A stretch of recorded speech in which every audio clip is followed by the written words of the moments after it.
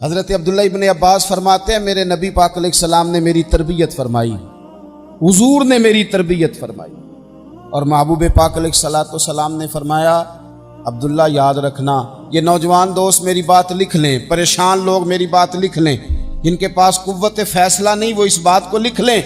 حضرت عبداللہ ابن عباس فرماتے ہیں میرے نبی پاک علیہ السلام نے مجھ سے فرمایا تھا عبداللہ سن، اگر ساری دنیا مل کے تیرا کوئی نفع کرنا چاہے کر نہیں سکتی جب تک میرے رب کی رضا نہ ہو، اور فرمایا ساری دنیا مل کے تیرا کچھ بگاڑنا چاہے تو عبداللہ بگاڑ نہیں سکتی جب تک رب کریم کی حکمت کا تقاضا نہ ہو۔ لوگوں سے ڈرنا، لوگوں کی طرف دیکھنا، یارو گردن کو جھکا دیتا ہے خیرات کا پتھر، جہاں میں مانگنے والوں کے سر کبھی اونچے نہیں ہوتے۔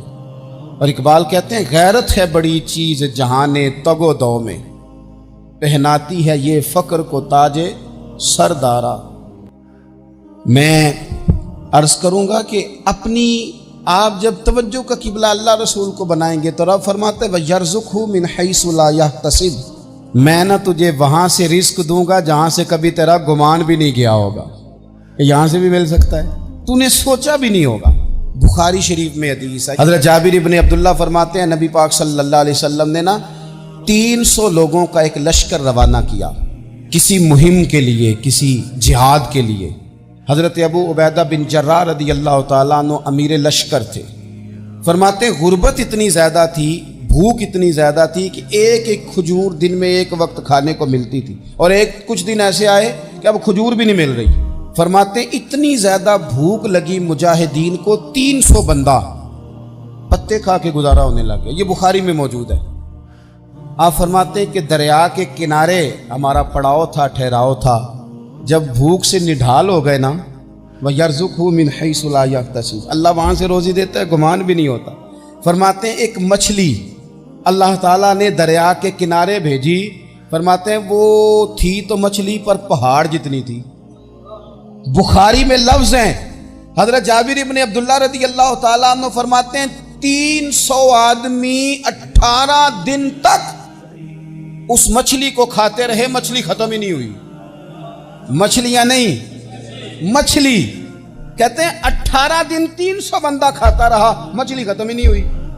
اور فرماتے ہیں کہ اس کی ہڈی نکال کے، کانٹا کہیں گے آپ اپنی زبان میں، کہتے ہیں وہ نکال کے نا تو اس کو کھڑا کیا نا جب، تو اونٹ کجاوے سمیت اس کے بیچ سے گزر جاتا تھا، 2 اس کے کانٹے جوڑے۔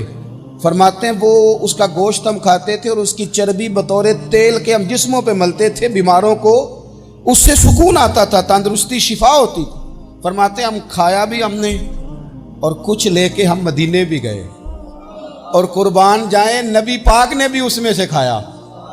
ہم نے عرض کی حضور یہ معمہ کیا ہے، یہ ماجرا کیا ہے؟ تو محبوب نے فرمایا تمہارے پاس غذا نہیں تھی، رب نے تمہارے لیے بندوبست کیا ہے، اللہ نے تمہیں دیا ہے۔ اس پر ایک اور بات عرض کر دوں، صحیح بخاری سے، مسلم سے ایک اور بات، کچھ چیزیں ایسی ہیں جن سے اللہ کی مدد آتی ہے، مدد ملتی ہے۔ ایک چیز ان میں سے ایسی ہے جس سے بہت مدد نازل ہوتی ہے، وہ ہے کہ جب رب آپ کو دے نا تو پھر آپ بھی اس کے رستے میں دیں، پھر مدد آتی ہے، پھر اور آتا ہے۔ بخاری مسلم میں حدیث ہے، یہ زیادہ ہی توجہ طلب امر ہے، اس پر آپ غور کریں گے۔ حضرت ابو ہریرہ فرماتے ہیں کہ نبی پاک علیہ السلام نے فرمایا ایک شخص نے بادلوں کے اندر سے آواز سنی کہ فلاں آدمی کا کھیت اور باغ خشک ہو گیا ہے، وہاں برسو اور اس کے کھیت کو سیراب کرو۔ وہ بڑا حیران ہوا کہ بادل سے آواز آ رہی۔ پھر اس نے دیکھا کہ ایک پہاڑی پر بارش ہوئی، وہ بادل وہاں برسا، پھر نالیوں سے ہوتا ہوا پانی ایک طرف چلا، تو جس نے آواز سنی تھی حضور بیان کر رہے ہیں، وہ بھی پیچھے پیچھے چلا کہ پانی کدھر جا رہا ہے۔ اس نے جا کے دیکھا کہ ایک مقام پہ ایک باغ کو وہ پانی لگ رہا ہے اور ایک آدمی وہ پانی لگا رہا ہے۔ اس نے اس سے پوچھا تیرا نام کیا ہے؟ اس نے کہا کیوں؟ کہنے لگا بتا نا۔ اس نے نام بتایا تو کہنے لگا یہی تو وہ نام ہے جو میں نے بادلوں کے اندر سے سنا ہے کہ فلاں کے کھیت کو پانی دے دو۔ اس نے کہا یار تو کیا عمل کرتا ہے کہ اسپیشل تیرے لیے بارش برسے؟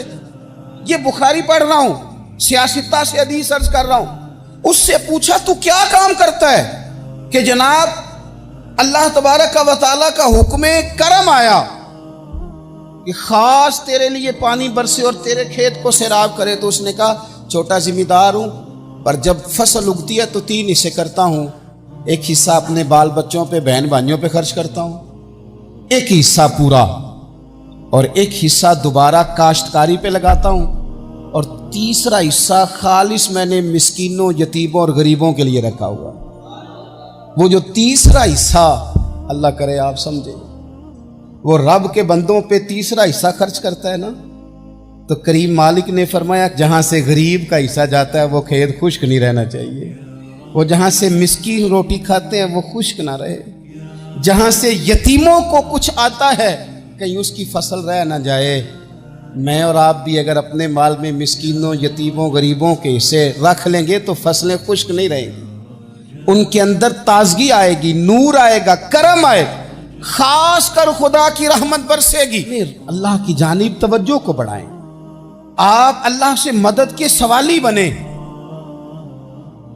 ترمذی کی ایک حدیث ہے، میں آپ کو زندگی کا تجربہ بتاتا ہوں کہ جب میں بڑا پریشان ہوتا ہوں تو یہ والی روایت کھول لیتا ہوں، مزہ دیتی ہے۔ میرے نبی پاک علیہ السلام نے فرمایا اپنے دکھ سیٹھوں نوابوں کو نہ کہنا، مالداروں کا نہ کہنا، ورنہ اللہ تمہیں کبھی غنی نہیں کرے گا۔ فرمایا اپنے دکھ اپنے رب کی بارگاہ میں عرض کرنا، جلدی کرے یا دیر سے کرے اللہ تمہیں لوگوں سے بے نیاز کر دے گا، اللہ تمہیں غنی کر دے گا۔ رات کو بیٹھو نا اس کی بارگاہ، اسے دکھڑے سناؤ، چھوٹی چھوٹی باتیں۔ حضور نے فرمایا نمک بھی مانگو تو رب سے مانگو، چھوٹی چھوٹی بات سے شروع کرو نا۔ جب بندہ شروع کرتا ہے نا چھوٹی چھوٹی چیزیں تو بڑی ساری چیزیں یہ اس طرح ہوتا ہے جیسے بندہ رب سے گفتگو کر رہا ہے، مالک مجھے یہ چاہیے، مالک میں یہاں کمزور ہوں، اللہ میں یہاں پریشان ہوں۔ آپ یہ کر کے تو دیکھیں، لمبی لمبی دعائیں مانگ کے تو دیکھیں، اس کے حضور جوڑ کے تو دیکھیں، آپ دیکھیں گے راحت کتنی ہے، سکون کتنا۔